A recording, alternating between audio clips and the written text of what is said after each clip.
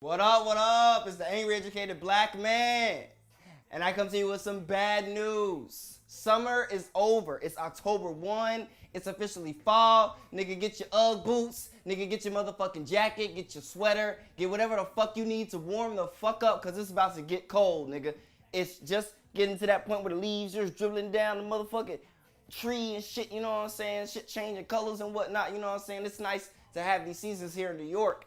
And I am looking forward to the fall, even though, you know, I'm a summer baby. I was born in the summer. This summer I was going crazy. Shit was going up. You know what I'm saying? It was the summer 2018 was motherfucking legendary. So I'm sad this summer's over. You know, personally, it's a touch point for me. You know what I'm saying? I turned 30. I had many things that, you know, happened to me that were very important. And it was just a crazy whirlwind of stories as well as a bunch of shit going on. I mean, one weekend you had Drake and Meek Mill making up.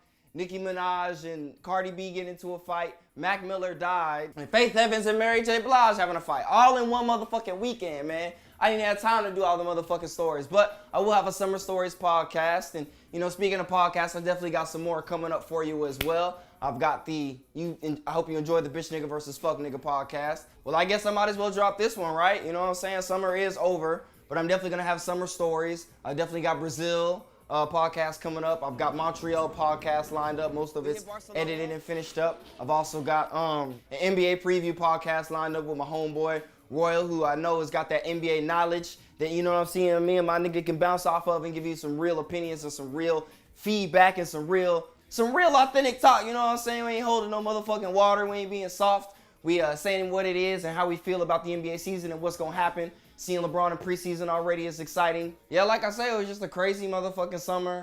Definitely had some bad weather during my birthday, which kind of sucked. But, you know, speaking of my birthday, you know, I did turn 30, which of course is a big milestone, a big turning point in your life. And there was definitely some reflections that I had. It was kind of one of those things where it's like, oh, you're dreading this point. I'm going up to 30. You know, what's gonna change? Am I gonna feel a lot different? And for me, it was really like a new beginning. I mean, I really felt like all the knowledge that I had through my 20s and through all this other time that I had, you know, was bringing me to this point that I'm at now. And I'm excited to move from that point because I feel like it's a new beginning. I've always had older people surrounding me though, so it's been easy for me to have that perspective as well, to see how they've been successful and, you know, the trials and tribulations that they've had in their lives. But I say that to say you know, I've really had this, you know, and especially talking to one of my close friends who's writing a book, you know, I've really had this idea of just centering myself and, you know, before I take my next step or before I think about where I'm going, I have all these different books I'm gonna read, or not just in books I'm gonna read, but just in, you know, my mindset, my thinking, and understanding that my mind is more powerful than anything else. These certain things that I wanna get, one, I'm just learning that, you know, I've gotta be able to suffer and go through the pain of wanting to earn those things, and at the same token, I've gotta understand that I've gotta use my innate abilities. And I've got to, you know, think about things in a different way. You know, first, you know, I just like to share and get off my chest a little bit. But first, you know, I'm just like, I have an innate talent to talk to people and be outgoing and start conversations. And, you know, I like to move around. And, you know, communication is one of my best skills. So I'm kind of like, you know, I don't think sitting at a desk fucking editing videos that I don't necessarily give the most fucks about is where I should continue to be doing. So, and knowing that I want to change some of the things in my life monetarily, you know, from a money standpoint, I mean, that's also something to really look forward to. And I just think it could help with angry educated black man. And this is kind of something that I've just kind of, you know, just now came to the realization. And it's kind of just stepping back and understanding that, you know, I have these talents and I have these gifts that, you know, I need to use. I think it's really sitting down and understanding what those talents are that, you know, I can use, and using that mental strength and that mental power to be able to manifest those things. And, you know, one of the things that was powerful for me is when I was hooping and, you know, a nigga dropped 25 and a half, I was playing 20 minutes. You know, I've been drinking, smoking, you know, doing all types of shit. And they played in about a month. And I go ahead and hoop, and I just go out there and play my game and, you know, play like Steph. And for me, it's not necessarily the talent or the skill, but it's the mental power and the mental stability to be able to be in the moment and to be able to manifest these moments and take advantage of these moments when they arise. And for me, it's one of those things of like, even thinking about that on a small microcosm, let me just take a step back and think about how I'm processing, how I'm thinking about things, and how I can use that to be more powerful. You know, why don't I read all these different books and analyze the systems and modes that I have of living and try to break down some of these models to help improve myself. And I think that more than anything has really been one of the most powerful realizations I've had since, you know, I've really turned 30. And I feel like it's just manifested itself in so many ways. You know, I've had the chance to understand and learn what, you know, more of what I really want to do and going to this amazing museum in Canada and Montreal made me understand, like, hey, one day I want to be on, hell, I'm listening to Wayne right now, and I'm like, this is beautiful art. This is one of the greatest rappers I'll ever know. That flow is beautiful, you know what I'm saying? I want somebody to say that or think that about, you know, my shit and get to my craft and understand and work through the pain and the struggle and do what I need to do to get to that point. And, you know, it was really something to just step back and see this beautiful art and understand that, you know, everybody's not going to understand what you're doing. Everybody's not going to be able to look at it from that perspective. You've just got to do it for you, and you've got to do it for what's most powerful from your perspective, because somebody else is going to see that and they're going to appreciate that. You know, while I'm walking through the museum and everybody's gawking at the Picassos, they're doing a dual exhibit next to African art, and I'm just looking at the African art in just awe. Like, I've never seen stuff so beautiful in my life. And it just really helped me understand that that's perspective. That's what culture or things tells us what is important and what isn't. But, you know, I'm ranting. You know what I'm saying? I'm going off topic. I think that was probably one of the most powerful lessons I had. You know, just having my 30th birthday and having my family close. You know, some of my closest friends, that was really important to me, understood the importance of family. And I just really feel like moving forward, I have this new energy, this new motivation, this new drive to understand that, you know, all these different areas of my life, whether it be my community life, my spiritual life, my love relationships, my adventures, whatever, you know, I've really just taken a step back to look at these areas and say, how can I make them better? What can I do differently with them? Rather than moving, running, and doing, let me just think about it and break these models by on breaking my mind to understand new things from a new perspective and having epiphanies. So, you know, that's something that I really feel like was important that I learned. You know, as I turned 30, I guess we should hop back into what else, you know, about this summer. But like I said, I got summer stories coming out, you know, Montreal, Brazil, you know what I'm saying, all of that side. I hope you enjoyed Barcelona. Well, I mean, I guess you could say that was the summer, really. Like I say, summer's over. That is what it is. So now we're to October 1. You know, we've got 3 months left in a year. With the extra motivation I have with Angry Educated Black Man, you know, for sure I'm trying to get the website up. I'm going to get all these podcasts out. At the same token, you know, I know we've got 3 months left. So for you personally, I would just challenge you to take these 3 months and power through whatever you were going to finish doing creatively, whatever you were going to finish doing important with your family. Because, you know, of course, we've got Thanksgiving. We've got, you know, Christmas coming up and New Year's. So this is definitely holiday time. Things are definitely going to cool down. Yeah, it's that Wheezy, but like I say, that shit got me hyped, you know what I'm saying? Chop. It's the last 3 months, so you gotta chop. Do what the fuck you got to do to close this year. I know for y'all, my goals are to make sure to get this website up, make sure to get all those videos out for you, and we still on that cross the country shit. It's not over. We're going back to Brazil. I'm gonna have another Atlanta podcast for you going out for my homie's birthday coming up in a couple weeks. And I don't know where I'm going for New Year's. It may be Peru. It may be Morocco. I don't know. I'm just going, I don't even know. But I know I'm cooking a whole motherfucking Chef Hawk feast in Houston, Texas. And I'm going to show y'all motherfuckers how we throw down in the South, goddammit. You know what I'm saying? My Lil Wayne on the motherfucking beat with the Carter 5. You know what it is, goddammit. Anyways, I'm going to stay focused because at the end of the day, I'm still going to serve you this goddamn food. But, anyways, like I said, these last 3 months, like I say, just take them to go in. You know what I'm saying? I've got all these books I plan to finish. I'm trying to finish these 9 books. You know, set some motivation, set some goals for yourself. I'm trying to go in and splash some more niggas. You know what I'm saying? Get right on this cooking shit, you feel me? I might get 2K. The NBA season is starting, you know what I'm saying? There's a lot to look forward to this fall. We got Halloween. It's just gonna get crazy out here, you know what I'm saying? Like I say, we going to Atlanta. We going to Brazil. I know y'all got some shit planned. I know it's November. I know it's Thanksgiving. I know y'all looking forward to the food. I know it's gonna be cold. We gonna have to bundle up and shit, but at the same time, you know what it is. Like, you know what I'm saying? We got to close out this year strong. 2018 ain't been like the shitty 2016. We got these last 3 months to close out, you know what I'm saying? And it's going to be all Gucci. You feel me? You know what I'm saying? With the fresh ass Gucci's flip-flops, Gucci slippers, nigga. Put you some Gucci socks on too, goddammit. As a quick recap, nigga, summer's over. You know what I'm saying? Y'all know what's next. As far as Angry Educated Black Man, getting the website up, getting the merchandise up, getting all the podcasts out for you, getting everything centralized to make it easier for you to interact and get to shit. I told you my good lesson about 30 and seeing all these different things and understanding that I got to think before I move, basically. It's basically the summation of the shit, really. And, of course, we got to close out this year strong, you know what I'm saying? We got these last 3 months. We got shit to do. We going to get out here. We going to get lit. We going to do what the fuck we need to do, you know what I'm saying? It's the end of the year. What else can you do, you know what I'm saying?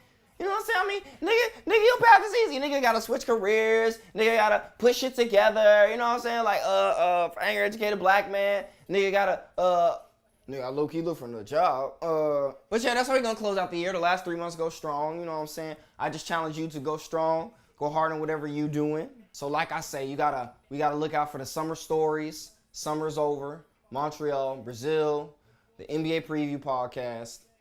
And then I'm going to Atlanta, going back to Brazil, and then going somewhere for New Year's. And we got the Houston podcast where I'm cooking. So, you know what I'm saying? That's 9, 10 podcasts. We gonna get that shit up, you know what I'm saying? We gonna get that shit up, you feel me? We gonna have all them shits up. We gonna have the merchandise up. We gonna have the website up. And this motherfucker just gonna be going up 2019, you know what I'm saying? Hey, educated black man, what's good? All right, but yeah, I feel like that's a much stronger closing. I'm feeling more powerful about that, goddammit. All right. Oh, no. This time it's time to unsheath the Wolverine claws, nigga. Because I'm coming for white flesh. Did we come for bitch, excuse me, I'm the greatest? Really?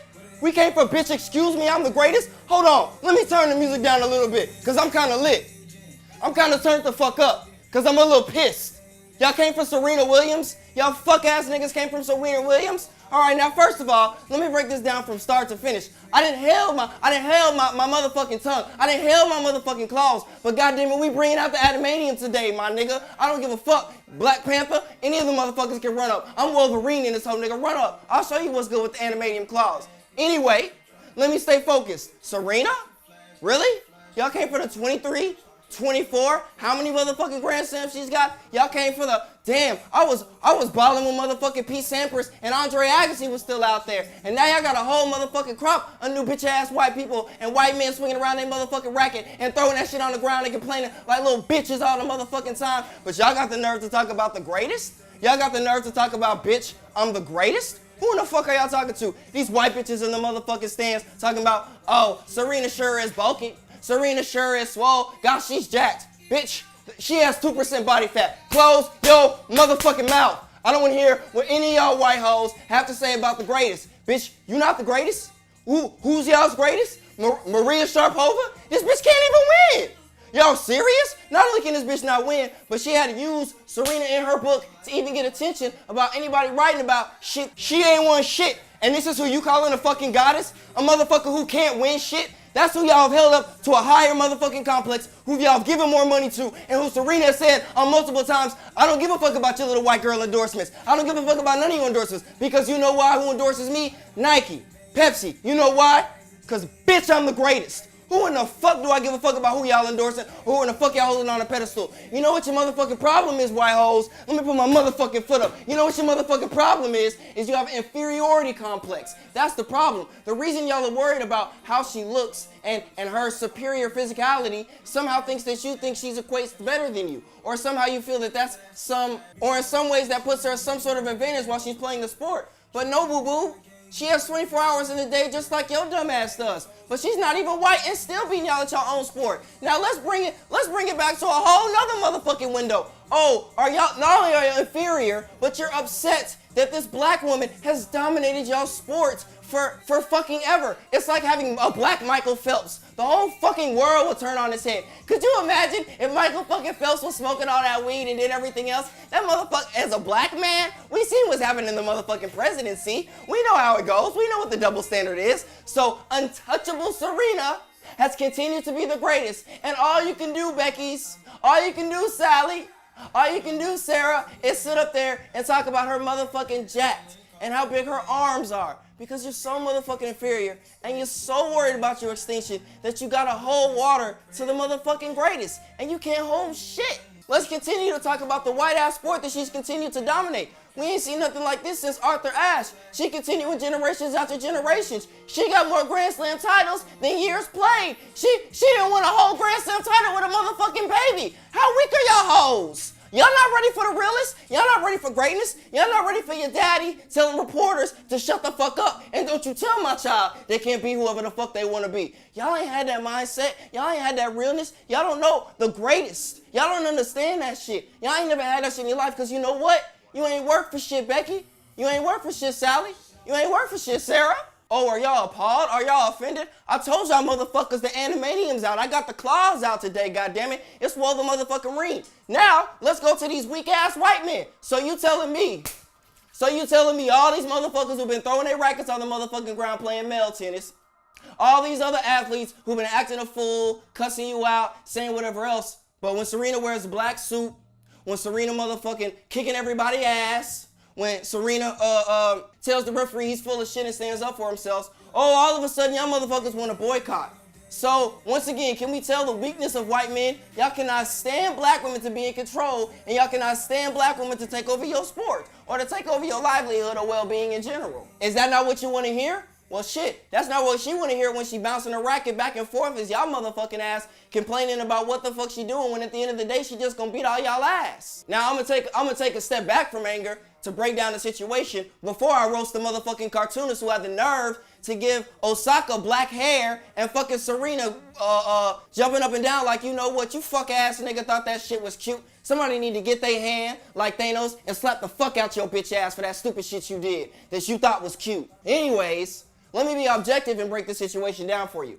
First of all, Serena had every right to say what the fuck she had to say to that trash ass ref. At the end of the day, who is this ref compared to her experience as a tennis player? Can he say he has 36 years or however many years experience she has playing tennis? No, so why in the fuck would they have any legitimacy over what he's saying in the first place?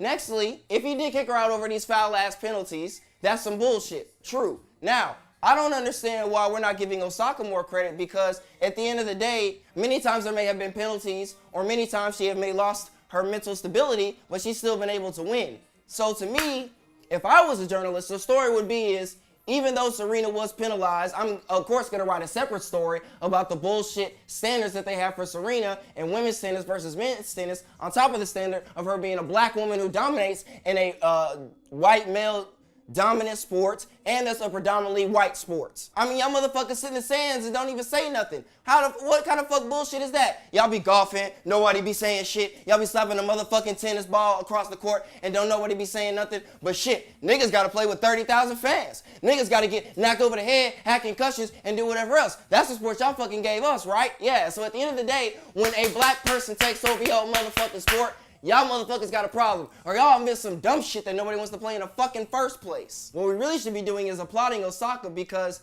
typically in that situation, Serena usually comes back and usually ends up winning the series altogether. But because she won the first set and already put herself in position to win, Serena had that slip up and then she won the next set. So at the end of the day, we have to give Osaka credit for being able to capitalize on the moment as an athlete and take advantage because Serena has known to win and have a great mental stability and be able to come back in those situations. And that's why I thought the booing was so inappropriate. Now, I understand them booing the ref for doing that in the first place and being upset that she didn't win fair and square in a sense. Now, my statement is you know, even though Serena had that going on, she did find a chance to win. But in tennis, because it's a white sport, you have to be quiet most of the entire match, just like golf. So they probably couldn't even boo or say anything when that was going on because people would have gotten thrown out. But they did have a chance to boo at the end. But it sucked for Osaka because Serena was her idol. She wanted to beat her fair and square. That's why she broke down. That's why it was a tough moment for everything because out of all the controversy, she was the one who really suffered. So, okay, today I got time, motherfucker. Today I got time. Mark Cuban, what the fuck was you thinking, bro? Not only did you disrespect the soul of the Dallas Mavericks, nigga, you actually had the nerve to hit a personal note for a nigga right here. Now, let me break down the story for you. First of all, let me break it down for you. I remember when I was a little kid and I lived in Dallas almost 20 years of my life when the Mavericks fucking sucked and nobody gave a fuck about them.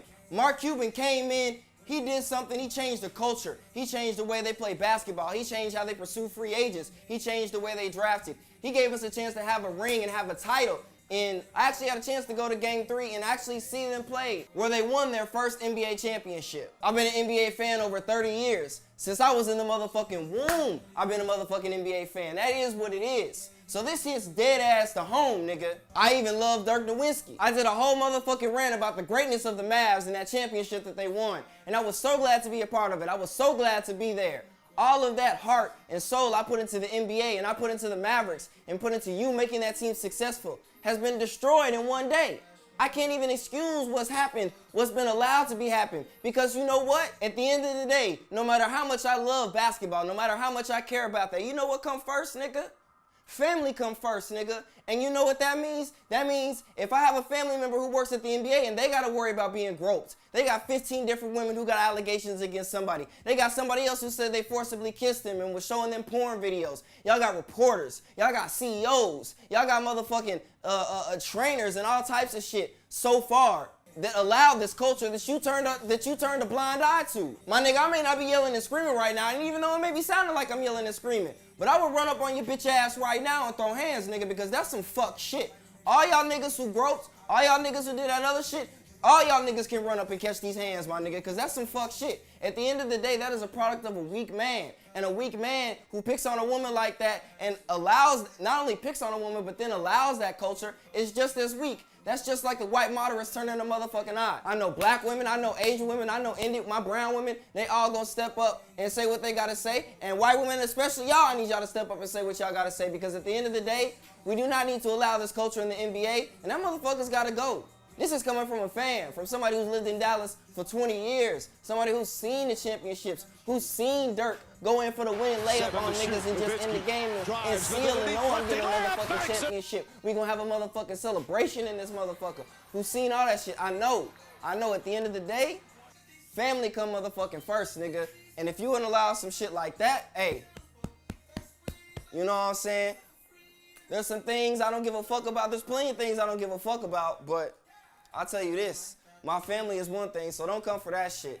You know, this whole situation is silly too. They just talking about the $10 million he's trying to donate. They're talking about these different interviews that he's having. And at the end of the day, this is all bullshit. This is all stupid. We need to focus on the issue at hand. And I know Adam Silver ain't playing, and shit's gonna get taken care of. I don't think the man's gonna keep his job. I mean, personally, I don't feel like the man should keep his job, but he probably will. You know how shit go down. Because like I say, all we see in the headlines is $10 million. If the NBA, the fans, the board of team owners, the NBA, the motherfucking city, somebody gotta say like, look, we gotta get together and we gotta let this motherfucker slide, just like we did Donald Sterling. We gotta let him slide. They need to be like the Papa John's owner. Hey, you got to go. You know what I'm saying? They need to figure a way to slide that motherfucker out. At the end of the day, women were being assaulted in the workplace, and a culture of domestic violence and a culture of sexual assault was going on. And all those people need to be held accountable. And with the amount of women who have these claims, I think that they all should be fired. Or I think that all should be moved out, voted out, or whatever needs to be done to get them out. The semantics and the fine details, I think all should be figured out after we have this initial action to move forward. Once we know that that action has been taken care of, I think that we can all move forward. Because at the end of the day, people's companies are still gonna go on. The franchises are still gonna go on. There's still great draft picks that are got to play basketball. This is an organizational matter that they should have of no concern. We want to enjoy Dirk's last year in peace. So at the end of the day, I'm just gonna say this. Just need y'all to get shit right. Because if you don't, and anything happens to one of my family members, I'm gonna run up on your bitch ass. And I'm gonna hit you with the 1-2. Like it's T.I. Back with the Air Forces. Lightning quick. You feel me? All right. Good shit. Glad we can have that talk, that chat. Okay, then you have the New York Times actually printing and confusing Omarosa and Angela Bassett. First of all, one is in politics, one is in entertainment. And you're at an entertainment show, so why would you say that it was Omarosa at an entertainment show? I mean, how the fuck do you confuse those two? I mean, they don't even look alike. Like, really? Like Angela Bassett and all the damn movies she's been in, how you confuse those two? And at the end of the day, you printed that shit, which means it went through a lot of editors. So I'm confused by that shit. On top of the fact that at the end of the day, as I've said before, it's because these newsrooms don't hire enough diversity and don't have enough diversity in they fucking newsrooms that I've walked through. So at the end of the day, I'm just like, man, look, fuck did we tell you? You don't hire enough diversity, you be out here looking stupid, niggas be out here tweeting about your stupid shit. And how did you print this in an actual magazine? Like, damn, like, you know, it'd be different if it was like an internet mistake, but like, damn, it's an actual print magazine. Shit. Then my late ass done caught up with the fact that John Kavanaugh, or whatever the fuck his name. I gotta be like, damn, we just gonna continue to let this culture of misogyny and this culture of sexual assault and domestic violence continue? I mean, hell, we got a Supreme Court justice who we nominating now, who's got all these allegations of he was raping a girl to the point of she felt like she was gonna die when he was a teenager. And this is the Supreme Court justice that we're putting up there. And all the media coverage is about whether the story is credible or not. And the real thing should be about whether we're gonna vote him in. The real story should be about whether we're gonna vote him in or not. I mean, at the end of the day, like I say, these men gotta take responsibility for these actions. Bitch niggas and fuck niggas gotta stop doing that shit and take responsibility. And the justice system needs to take actions on these men so that these women feel safe in their environments. But on a more positive note, We are gonna get a Space Jam 2, my nigga. A Space Jam 2. Now, I know all y'all niggas remember when you was a little nigga, you saw Space Jam, you was like, God damn, this the shit right here. Michael Jordan crossing niggas over with Bugs Bunny, you know what I'm saying? Shooting a fadeaway, reaching his arms and all types of tune shit. And now we got Space Jam 2. Not only do we got Space Jam 2, but my nigga LeBron done waited, and him and his agent done waited, and for 5 years until they had the right combination, because it's all black, everything, nigga.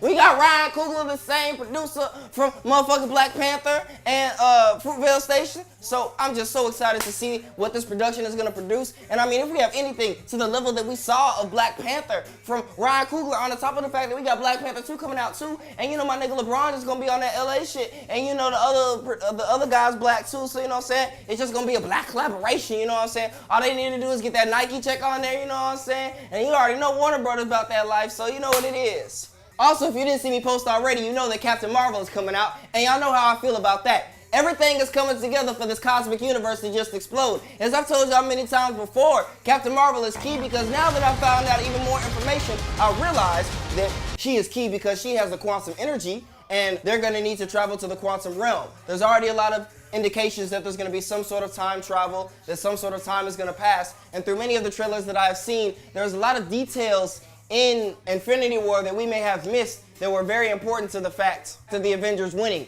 One being that Thanos is injured and the Infinity Gauntlet is damaged. But I'm gonna pull back and I'm just gonna focus on Captain Marvel because I can't be dropping y'all niggas too much because y'all ain't ready for the breadth and the depth of knowledge that the niggas got for you. Anyway, I'm looking forward to seeing Captain Marvel. The first lead by a woman for sure is very dope. And also Captain Marvel is the strongest hero that we're gonna see on air according to the directors. It's gonna tie in directly with Thanos. And if what I'm suspecting is correct, it's also going to tie into the quantum realm, and it may understand the explanation of why the movie takes place in the 90s. Now, it's looking super dope. I see that Samuel L. is a G. It's in the 90s, you know what I'm saying? The Kree are shapeshifters, so they could be hiding within the human population, which also could lead to the Kree invasion, but that's a whole nother story too, because I can't be giving y'all too much. But, like I said, overall, I'm just very excited about this movie. I'm very excited to see Marvel continue their franchise, to continue the greatness that they have put together. And now that I know that we have a trailer, I'm very excited. We're only 6 months away from the greatness that will be Avengers 4, but Captain Marvel will give us a nice little tidbit and a taste of what we're gonna see when we see Thanos. Now, what in the fuck is going on with Jimmy Butler, bruh? Like, bruh, there's a nice little situation for you in Minnesota. You got Karl Anthony Towns, you got Andrew Wiggins, you got motherfucking, you had Jeff T doing his motherfucking Thug Thizzle, and you just like, fuck that shit, I don't wanna play with them niggas, and you wanna go to the Knicks, the Nets, or the Clippers? Like, you know what I'm saying? What's setting up? All these niggas talking about you gonna go play with Kyrie, but I'm like, okay, so Kyrie's gonna leave Boston too? So, I don't know what the situation, I don't know what the deal is exactly. I'm having a laugh session at this nigga because I'm like, all right, first you said you wanted to get traded somewhere competitive, and now you say you want to go to the Knicks, the Nets, or the Clippers. So, nigga, what the fuck's going on, bro? Like, what the fuck you want to do, nigga? You just trying to get your cash, your check? Do like my nigga Paul George? I ain't trying to compete, my nigga. I'm just trying to be out here, play. You know what I'm saying? Get my name nice, you know what I'm saying? Have a nice little losing legacy. I mean, I feel it, I understand, you know what I'm saying? But I don't know what's going on with you, Jimmy Butler. You making Tim Thibodeau look stupid. He did sign Luol Deng, so I mean, it couldn't be much more stupid than that. And that offense was so terrible, I can understand why you want to get the fuck out of there. Like, nigga, let this nigga go free and drop 50 or something. I feel it. But,